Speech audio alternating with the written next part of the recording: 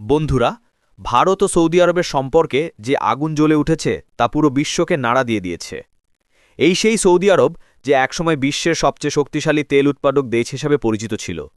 তার হাতে এমন তেলের ভাণ্ডার ছিল যে আমেরিকা থেকে ইউরোপ আর এশিয়া থেকে আফ্রিকা সব দেশই পেট্রোলিয়াম ও ক্রুড অয়েলের জন্য তার দিকে তাকিয়ে থাকতে বাধ্য হতো। কিন্তু আজ পরিস্থিতি এমন দাঁড়িয়েছে যে সৌদি আরব একসময় অন্যদের শর্ত শুনিয়ে দিত, সে আজ নিজের বাধ্যবাধকতার কাদায় আটকে গেছে। আর এই খেলাটার সবচেয়ে বড় কারণ হল Bharat.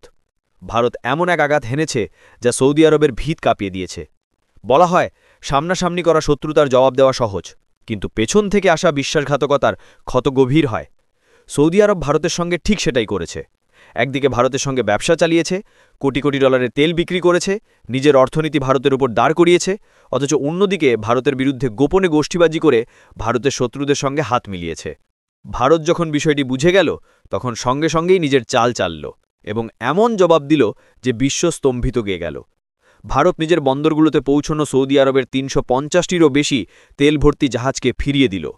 Lakh lakh barrel crude oil ভর্তি জাহাজগুলো কয়েকদিন ভারতীয় বন্দরের বাইরে ভেসে রইল, কিন্তু ভারতীয় সেনা কিংবা ব্যবসায়ীরা কাউকেই অনুমতি দিল না। ভারতের স্পষ্ট বার্তা, বিশ্বাসঘাতকদের জন্য কোনো জায়গা নেই। ফলে সৌদি আরবকে নিতে হলো ইতিহাসের সবচেয়ে অপমানজনক সিদ্ধান্ত। কোটি কোটি লিটার তেল, যার দাম ছিল কয়েক বিলিয়ন ডলার, সমুদ্রে ফেলে দিতে বাধ্য হলো। কারণ সেই তেল ফিরিয়ে নিলে ট্যাক্স, নটিক্যাল মাইলসের চার্জ আর পরিবহন খরচ তেলের দামের থেকেও বেশি হয়ে যেত। ভারতের এই এক সিদ্ধান্তেই সৌদি অর্থনীতিতে বিলিয়ন ডলারের ক্ষতি হলো। যে সৌদি আরব তেলের জোরে দুনিয়াকে চাপের মুখে রাখত, আজ সেই দেশ ভারতের সামনে হাঁটু গেড়ে বসেছে। ভারতের এই সিদ্ধান্তের প্রভাব তৎক্ষণাৎ দেখা দিল। মাত্র এক সপ্তাহে সৌদি অর্থনীতিতে ২০% পতন হলো। কোটি কোটি লিটার তেল সমুদ্রে ফেলতে হলো, আর যে তেল বাকি ছিল সেটা অতি সস্তা দামে বিক্রি করতে বাধ্য হলো।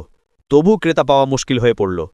ভারত শুধু সৌদি আরবকেই নয়, পুরো বিশ্বকে এক বার্তা দিল, নতুন ভারত আর কোনো ধরনের বিশ্বাসঘাতকতা সহ্য করবে না। তেল বা ডলারের জন্য নয়, দেশের সম্মানই ভারতের কাছে সবার আগে।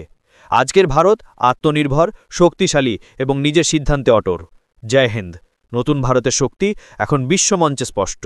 নিউজ দেখছেন বাংলা তাজা নিউজ। জয় হিন্দ, জয় ভারত।